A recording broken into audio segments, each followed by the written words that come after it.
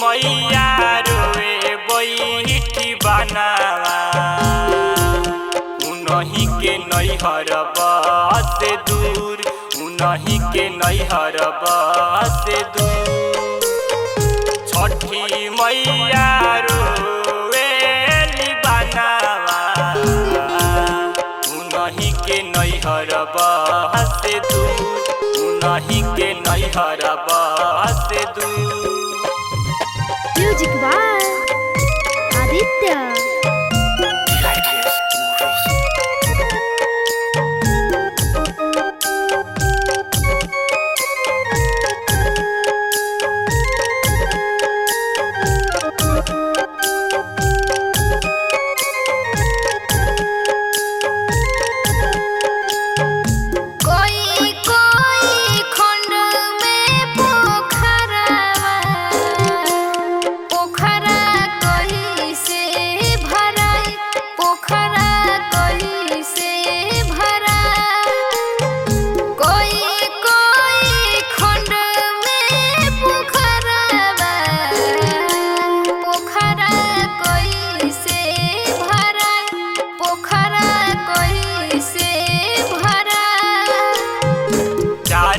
चारी खंड के पोखरावा पोखरा जल से भराई पोखरा जल से भराई चारी चारी खंड के पोखरावा पोखरा जल से भराई पोखरा जल से भराई।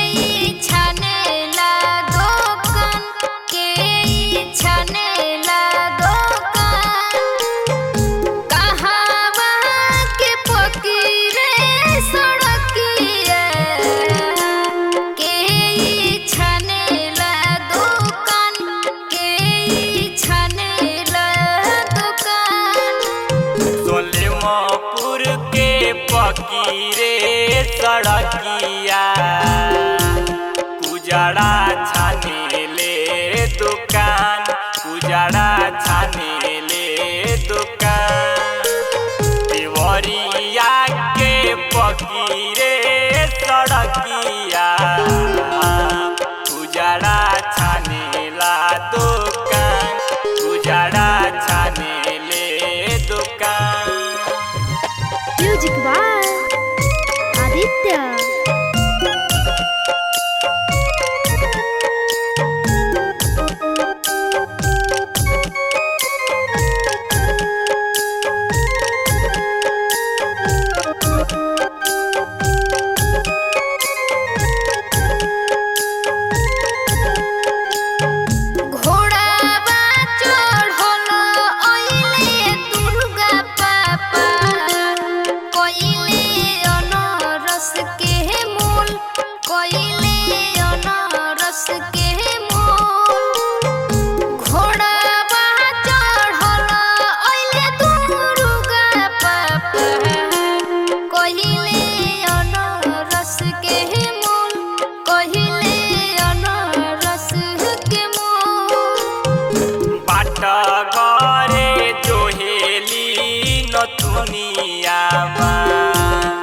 भइले अरघ के बेर भइले अरघ